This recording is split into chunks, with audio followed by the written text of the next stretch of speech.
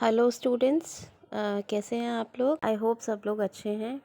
आज जो हम नेक्स्ट टॉपिक डिस्कस करने जा रहे हैं वो है बैरियर्स ऑफ कम्युनिकेशन। अब ये बैरियर्स ऑफ कम्युनिकेशन क्या होता है। बैरियर्स ऑफ कम्युनिकेशन होता है, बैरियर्स मतलब रुकावटें, कम्युनिकेशन मतलब संचार।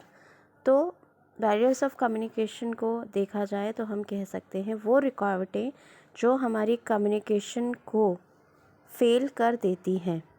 कम्युनिकेशन का फेल होना होता है जब सेंडर द्वारा दी गई जानकारी रिसीवर तक सही तरीके से नहीं पहुंच पाती। अब ये जो जानकारी होती है सही तरीके से रिसीवर तक क्यों नहीं पहुंच पाती है, ठीक है। सही तरीके से न पहुंच पाना मतलब होता है कि जो सेंडर ने इन्फॉर्मेशन रिसीवर को पहुंचाना चाहिए है वो रिसीवर को समझ में ही नहीं आई कि सेंडर क्या कहना चाहता है, ठीक है।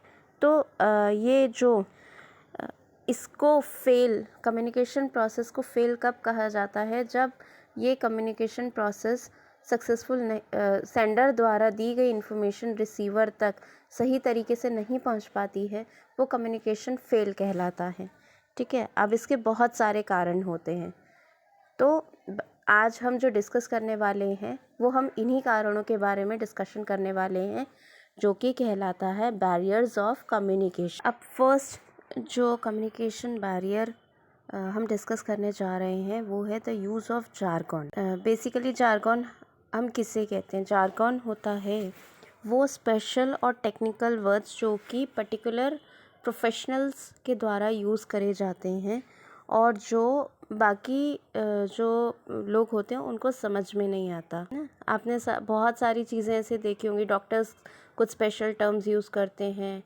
ठीक है।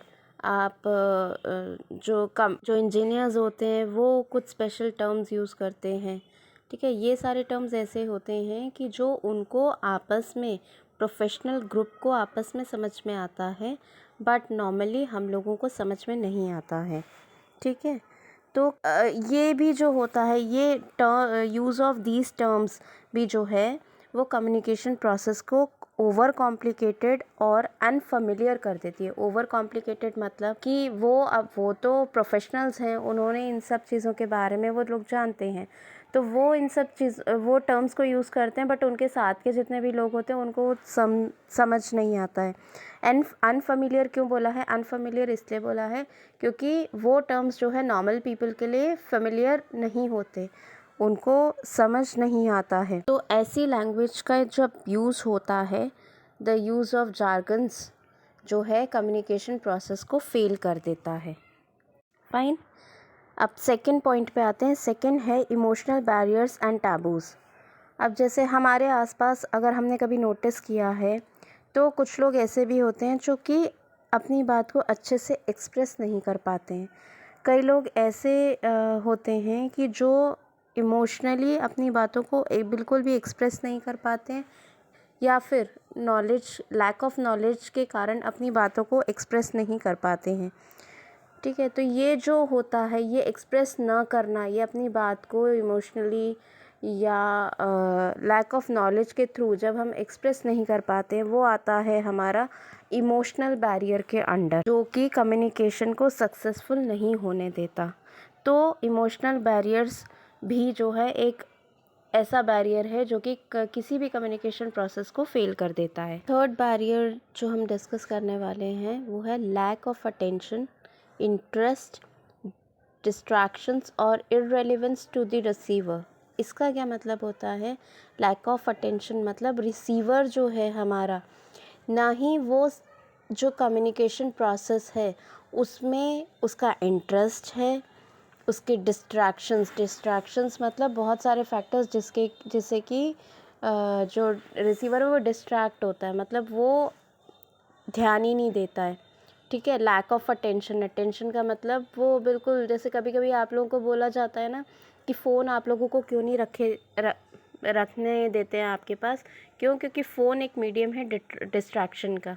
आप लोग स्टडीज़ कर रहे हो, स्टडीज़ के बीच में आपका फ़ोन बजा, ठीक है, व्हाट्सएप पे मैसेज आया, 2 मिनट के लिए हम व्हाट्सएप मैसेज देख लेते हैं, क्या है 2 मिनट ही तो लगेगा, है ना। या फिर किसी का कॉल आ गया, आपने बात करना शुरू कर दिया, आप क्या डाइवर्ट हो गए वहाँ से। तो ऐसे जो डिस्ट्रैक्शन फैक्टर्स हैं, ठीक है, डिस्ट्रैक्शन फैक्टर्स है लैक ऑफ अटेंशन। अटेंशन का मतलब आप वो हर चीज़ को फॉर ग्रांटेड लेते हो, ठीक है, वो जो है फॉर ग्रांटेड लेना, वो भी जो है वो कम्युनिकेशन प्रोसेस को फेल कर देता है। ना फोर्थ पॉइंट जो आता है that is differences in perception and view point.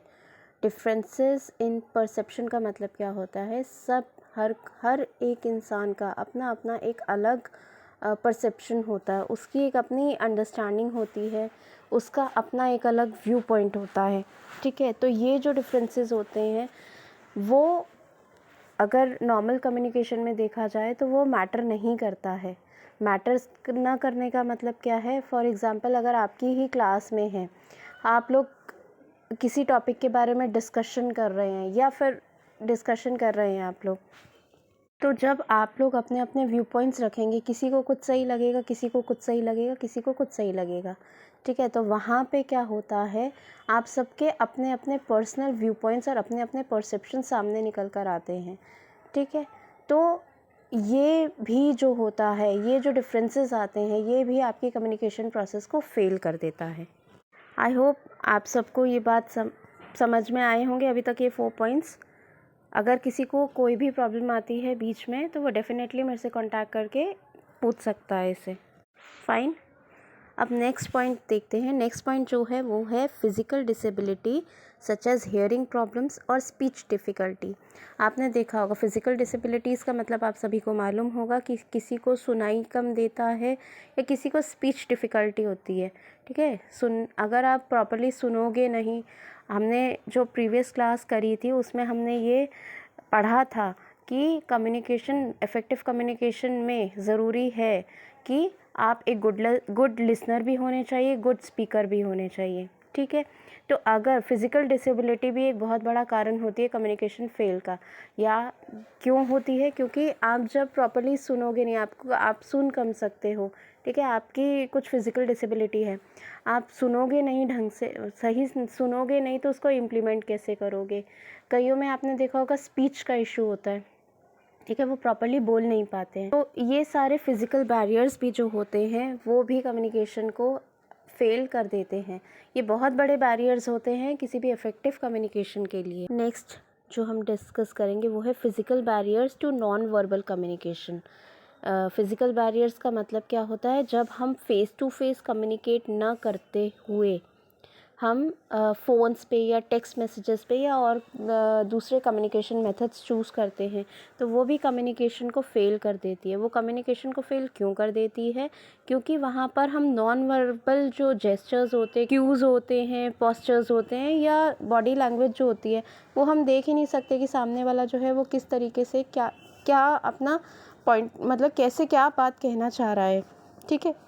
तो ये इन सारी चीज़ों के लैक में जो है कम्युनिकेशन लेस इफ़ेक्टिव हो जाती है।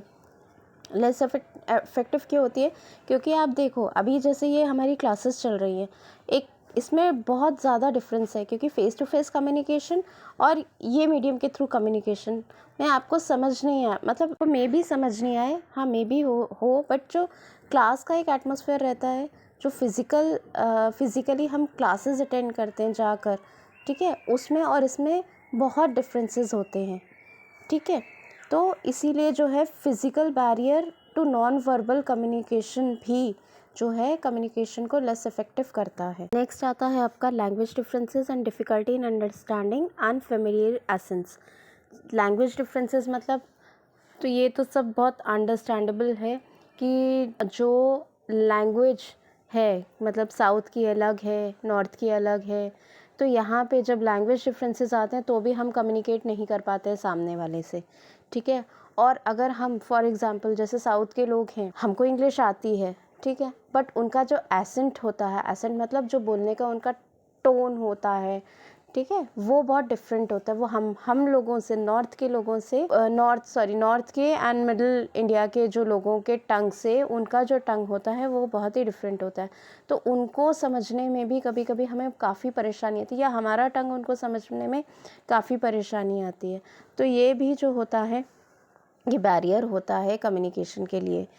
नेक्स्ट जो होता है cultural differences. Cultural differences same इसी का एक इलेबोरेटेड वर्जन है कि क्योंकि हमारे सबके कल्चर्स अलग अलग है, सबकी लैंग्वेजेस अलग अलग है, क्योंकि इंडिया को जो है डाइवर्सिफाई कंट्री कहा जाता है। डाइवर्सिफाई कंट्री क्यों कहा जाता है? क्योंकि हमारे देश में बहुत सारे रिलीजन, बहुत सारी कम्युनिटीज़, बहुत सारे अलग अलग लोग एक साथ में रहते हैं, ठीक है। तो इसी वजह से ये जो कल्चरल डिफरेंसेस होते हैं वो भी कम्युनिकेशन बैरियर्स बनते हैं। ओके, तो कल्चर डिफरेंस भी है, वो भी एक पार्ट होता है आपका कम्युनिकेशन बैरियर। तो अब क्लास को समअप करते हुए हम ये देख लेते हैं कि हमको अब कम्युनिकेशन जब इफ़ेक्टिव करना हो तो हमको ये सारे बैरियर्स जो है वो ओवरकम करने रहेंगे। मतलब ये सारे बैरियर्स हमारे कम्युनिकेशन में नहीं होने चाहिए अपने कम्युनिकेशन प्रोसेस को सक्सेसफुल बनाने के लिए। To improve your overall communication skills you need to be aware of all these barriers and attempt to minimize any barrier to communicate that are present. By developing your emotional intelligence, you will become more aware of how to communicate with others in the most appropriate and effective ways. ये सारे barriers अगर आपकी communication में नहीं होंगे तो आपका जो communication process है वो much effective and fruitful रहेगा. Thank you all.